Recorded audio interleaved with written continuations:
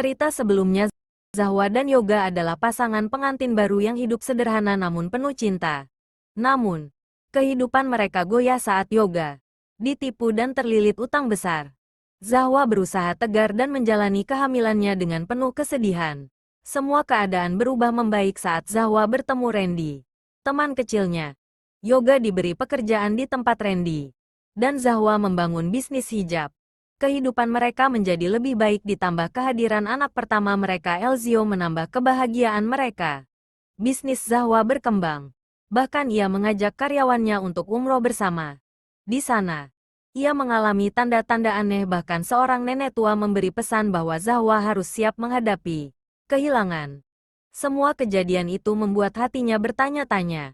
Apakah yang akan terjadi setelah dia pulang dari umroh? Tibalah hari kepulangan Zahwa dan rekan-rekannya ke tanah air. Dalam perjalanan di pesawat, Zahwa tak bisa menahan kerinduannya pada Elzio dan Yoga. Ia membayangkan pelukan hangat Elzio dan senyum suaminya yang menantinya di rumah. Namun, di sela rasa bahagia itu, bayangan kata-kata nenek kembali mengganggu pikirannya. Zahwa bertanya-tanya apa maksud dari semua tanda yang ia alami.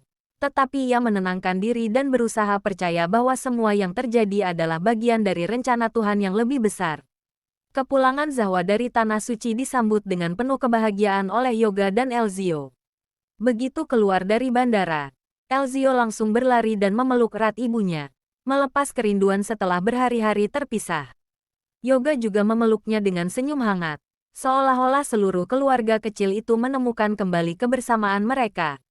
Dalam perjalanan pulang, Zahwa dengan antusias bercerita tentang pengalaman-pengalamannya selama di Mekah, termasuk tentang kejadian-kejadian aneh yang dialaminya.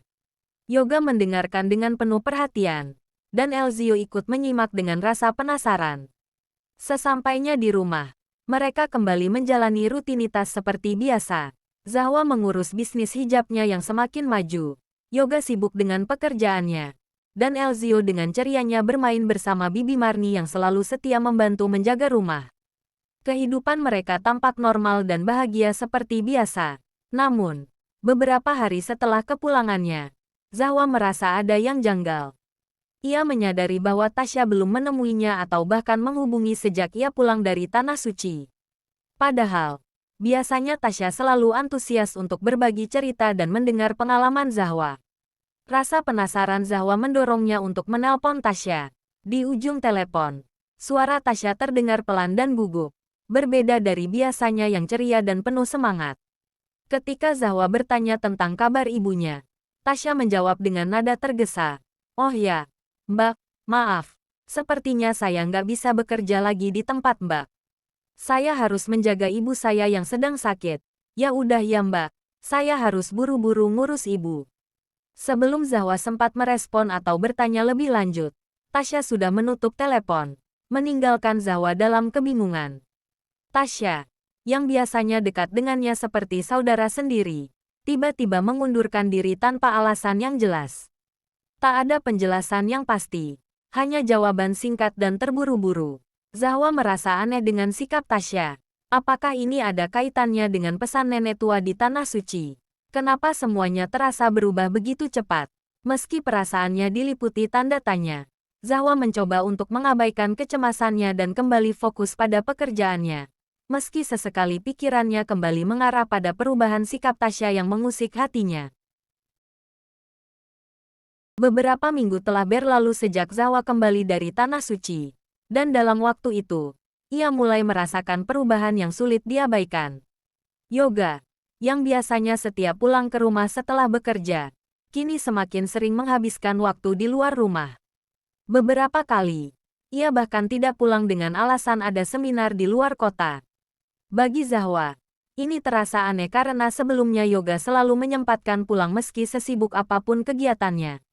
Tak hanya itu, Yoga juga tampak lebih sering menyendiri dengan handphonenya. Saat di rumah pun, perhatiannya lebih banyak tercurah pada layar handphone hingga larut malam. Zahwa merasa terganggu karena percakapan mereka sekarang terasa kaku dan jarang sedalam dulu. Bila Zahwa mencoba mengajaknya berbicara serius atau mengungkit masa-masa mereka yang penuh tawa, Yoga hanya tersenyum samar. lalu kembali asyik dengan ponselnya. Ada keinginan kuat dalam hati Zahwa untuk memeriksa apa yang sebenarnya Yoga lakukan di handphonenya. Namun, ia menyadari bahwa kini ponsel Yoga selalu diberi password, sesuatu yang sebelumnya tak pernah ia lakukan. Meskipun ia berusaha menahan diri, rasa curiga tetap muncul. Apa yang membuat Yoga semakin jauh darinya? Apakah beban pekerjaan atau ada sesuatu yang lain yang disembunyikan? Saat Zahwa mencoba menanyakan perubahan ini, Yoga hanya merespon dengan senyum tipis dan ucapan penenang. Semua baik-baik saja, sayang. Aku cuma masih sibuk dengan pekerjaan dan kegiatan seminar. Kata-katanya menenangkan, tapi tidak menghilangkan kegelisahan yang mendera Zahwa. Ia berusaha untuk tetap berpikir positif, mencoba meyakinkan diri bahwa perubahan ini hanyalah sementara. Namun, perasaan tidak nyaman terus menghantui hati Zahwa. Seiring berjalannya waktu, ia mulai menyadari bahwa sesuatu yang besar mungkin sedang terjadi dalam kehidupannya. Sesuatu yang tak bisa ia kendalikan meskipun telah berusaha sebaik mungkin untuk mempertahankan keharmonisan rumah tangganya. Di suatu hari, Elzio mendadak rewel dan menangis tak mau berhenti. Bimarni yang mengasuhnya kewalahan mencoba menenangkan bocah kecil itu, hingga Zahwa akhirnya turun tangan sendiri. Ketika Zahwa bertanya kenapa Elzio menangis, ternyata anak itu hanya ingin bermain di Timezone. Sudah lama sekali mereka tak mengajaknya keluar rumah karena kesibukan Zahwa dengan bisnisnya dan Yoga dengan pekerjaannya, hingga Elzio mulai merasakan kurangnya perhatian dari kedua orang tuanya. Karena Yoga masih berada di kantor dan belum menunjukkan tanda-tanda akan pulang, Zahwa memutuskan untuk mengajak Elzio pergi ke mall, memenuhi permintaan sederhana anaknya yang sangat dirindukannya. Di Timezone, tawa Elzio terdengar ceria ketika ia bermain, dan Zahwa merasa bahagia melihat senyum anaknya. Walaupun beberapa minggu terakhir hatinya dibebani oleh keraguan dan kekhawatiran terhadap perubahan sikap Yoga, momen ini memberinya sedikit pelipur lara. Ia merasa damai, sejenak melupakan perasaannya yang selama ini tak menentu. Sore itu, ketika Zahwa dan Elzio sudah puas bermain dan bersiap untuk pulang, tanpa sengaja matanya menangkap sosok Yoga di kejauhan, sedang berjalan di bagian mall yang cukup jauh.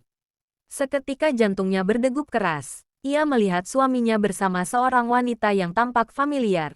Ya, itu Tasya. Tasya yang selama ini begitu ia percayai, yang ia anggap seperti adik sendiri. Dari jarak itu, Zahwa melihat mereka berjalan berdua, tampak dekat dan akrab, seolah tidak ada apapun yang perlu disembunyikan. Hati Zahwa serasa hancur berkeping-keping. Pertanyaan-pertanyaan tanpa jawaban mengalir dalam pikirannya, dan prasangka mulai menghantui pikirannya. Rasa sakit dan pengkhianatan itu nyata, begitu kuat hingga membuatnya ingin segera mendatangi mereka berdua, bertanya mengapa semua ini terjadi.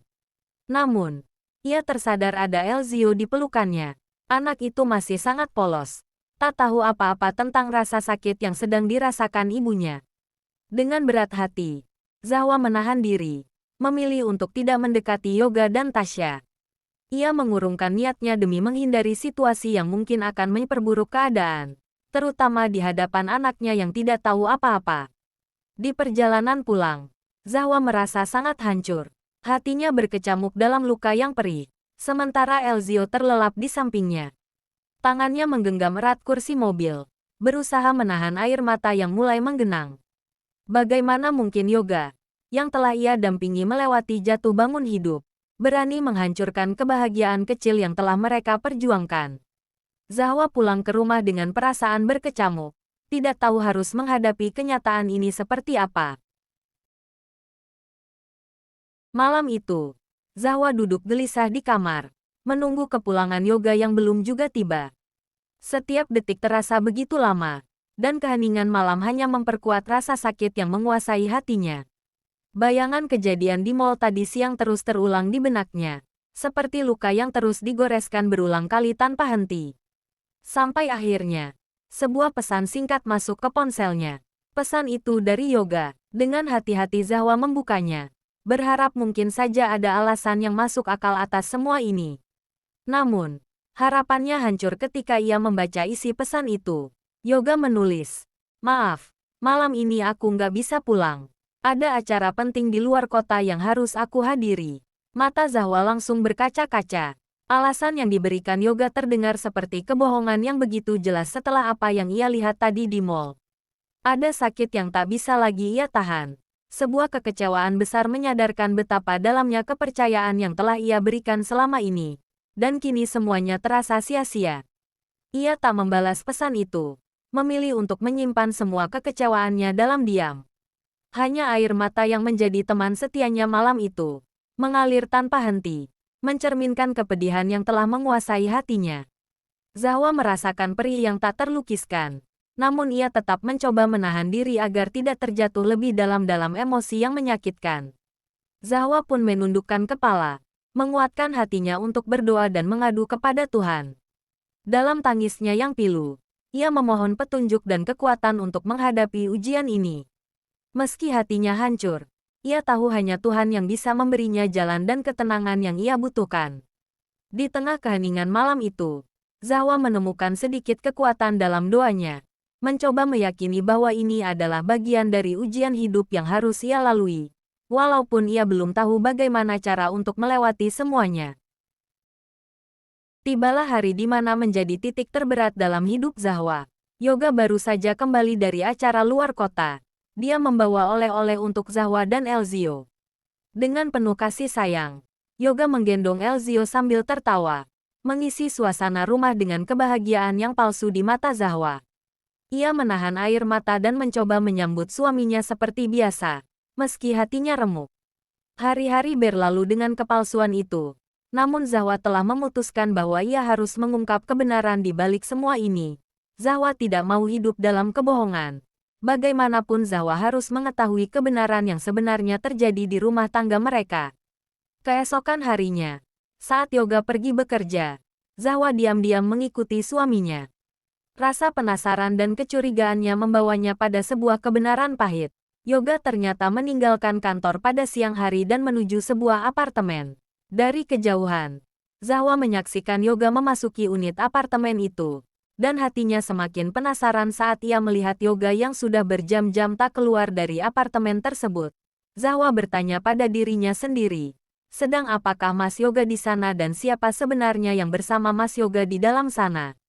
Setelah beberapa waktu berlalu, dengan segala rasa penasaran yang memuncak dan keberanian yang telah Zahwa kumpulkan, Zahwa mengetuk pintu apartemen. Dadanya berdebar keras, menanti kenyataan yang telah lama ia curigai. Saat pintu terbuka, ia melihat Yoga dan Tasya, berdiri di sana dengan wajah terkejut. Melihat pemandangan itu, hati Zahwa hancur, dan tangisnya pecah tanpa bisa dibendung. Ia menjerit, menuntut penjelasan dari Yoga dan Tasya. Apa-apaan ini, Mas? Kenapa kamu tega melakukan ini, Mas? Kenapa kamu di sini dengan Tasya? Zahwa memekik sambil menangis. Yoga mencoba menenangkan Zahwa, tetapi emosinya terlalu memuncak. Di sela-sela isak tangis, akhirnya Yoga mengakui semua. Maafkan aku, Zahwa. Aku dan Tasya tak bisa menahan perasaan ini. Kami saling menyayangi. Dan kami memutuskan untuk menikah siri agar tidak terjerumus dalam dosa. Ucap Yoga dengan suara yang dipenuhi rasa bersalah. Ternyata selama ini Mas Yoga dan Tasya telah mengkhianati Zahwa di belakang. Kedekatan Yoga dan Tasya membawa mereka kepada hubungan cinta terlarang yang sulit dijelaskan. Dan parahnya mereka sudah merencanakan pernikahan siri ini sebelum Zahwa merencanakan pergi umroh. Tentang semua kesibukan Mas Yoga dan sakitnya Ibu Tasya adalah kebohongan yang sengaja di skenario mereka, agar mereka bisa melancarkan hubungan yang tak pantas itu. Zahwa terdiam sesaat. Tak percaya dengan kata-kata Yoga. Jadi, kamu menghindari dosa tapi memilih jalan yang mengkhianati aku, keluargamu. Yoga tertunduk, menjelaskan bahwa semua ini dimulai sejak Zahwa pergi umroh. Ia tak mampu lagi menahan perasaannya. Namun kata-katanya hanya menambah luka di hati Zahwa. Di sisi lain, Tasya menangis, mencoba meminta maaf dan bahkan memohon agar Zahwa bisa menerimanya sebagai istri kedua. Maaf, Mbak, saya tidak bermaksud menyakiti hati Mbak, tapi semuanya terjadi di luar kendali kami. Saya mohon, Mbak, ucap Tasya dengan penuh penyesalan. Namun, bagi Zahwa, pengkhianatan ini adalah luka yang terlalu dalam. Tangisannya mencerminkan rasa sakit yang tak lagi bisa ia tahan. Dengan tegas, ia berkata kepada Yoga, "Tidak, Mas. Aku tidak akan menerima ini. Pengkhianatanmu tak bisa dimaafkan. Apapun alasannya, aku tidak akan pernah bisa mempercayai kalian lagi." Zahwa berbalik, meninggalkan tempat itu dalam tangis. Meski hatinya hancur, ia tahu inilah keputusan yang harus diambil untuk mempertahankan martabat dan kepercayaannya pada diri sendiri. Zahwa memilih pergi, tak ingin lagi berada dalam hubungan yang diwarnai kebohongan dan pengkhianatan. Yoga menyusul Zahwa ke rumahnya, berharap Zahwa bisa tenang dan bisa memaafkan Yoga dan Tasya. Tapi ini semua terlalu menyakitkan bagi Zahwa. Ia tak menyangka suaminya yang telah berjuang bersama selama ini, ternyata dia selingkuh.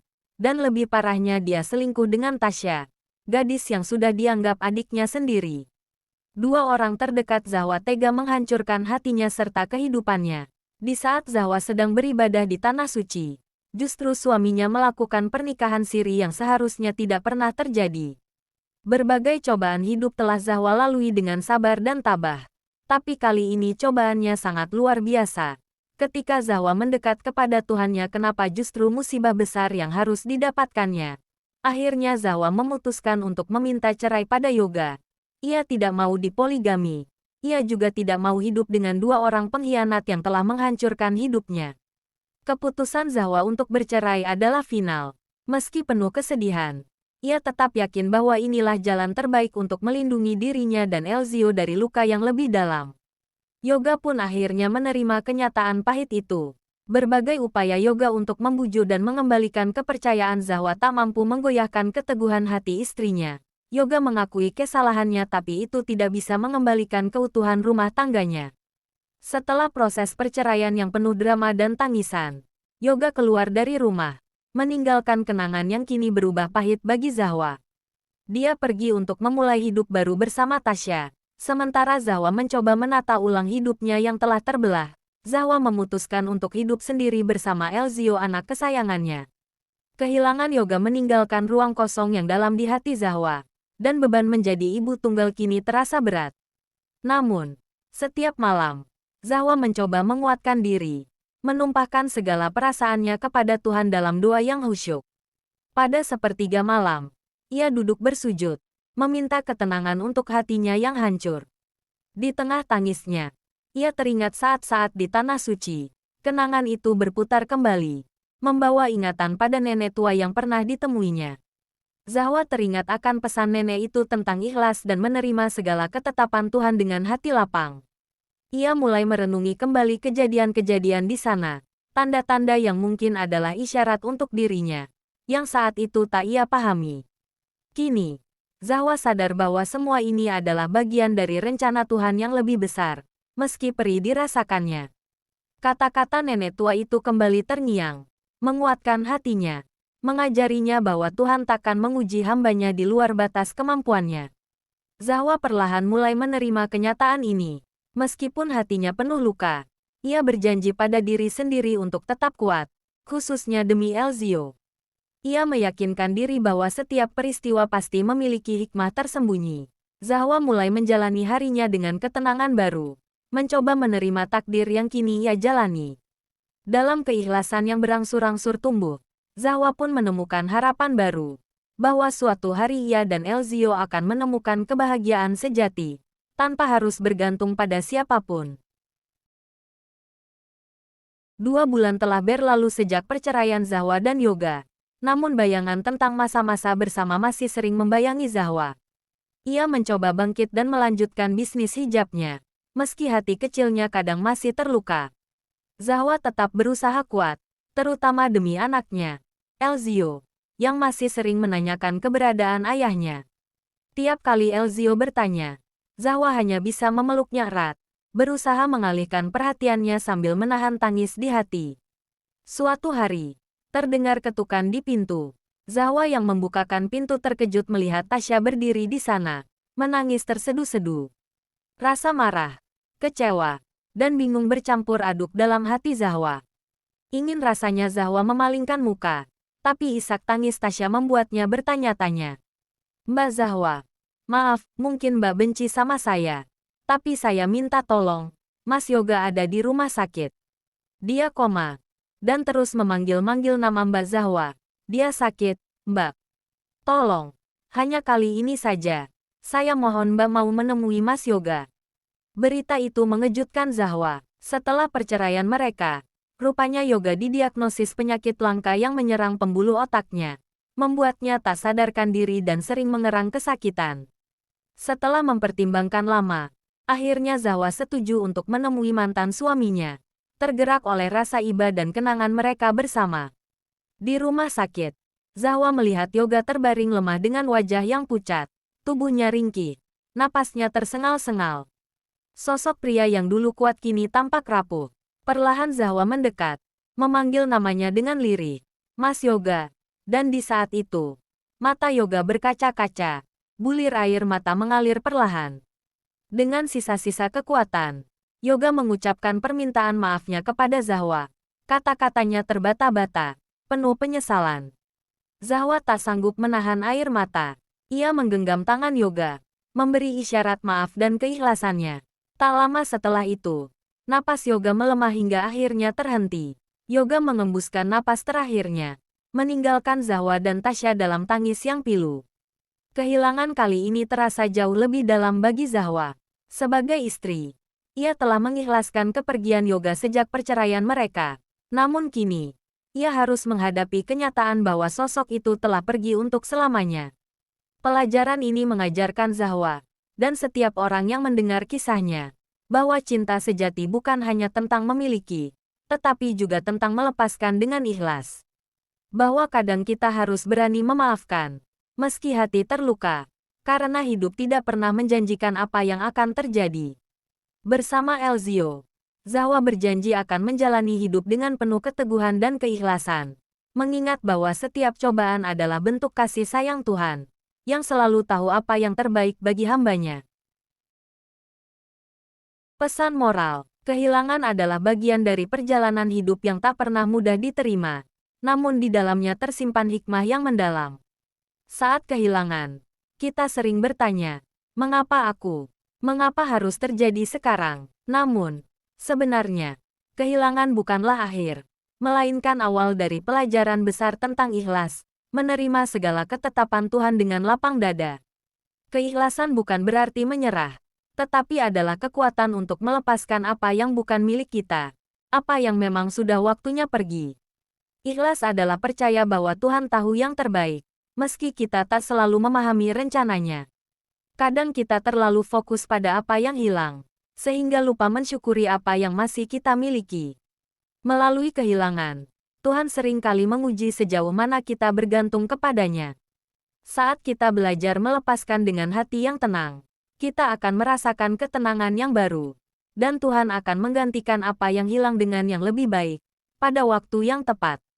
Jadi, jika hidup mengharuskan kita kehilangan sesuatu, percayalah bahwa di balik itu ada kebaikan. Tugas kita bukan untuk memahami segalanya, tetapi untuk ikhlas dan berserah. Sebab, dalam ikhlas, ada kedamaian. Dalam kedamaian, ada ketulusan untuk melangkah maju tanpa beban, dan menemukan kebahagiaan sejati yang Tuhan telah siapkan untuk kita. Terima kasih sudah nonton sampai akhir. Jangan lupa like, komen dan subscribe channel ini agar tidak ketinggalan cerita seru lainnya.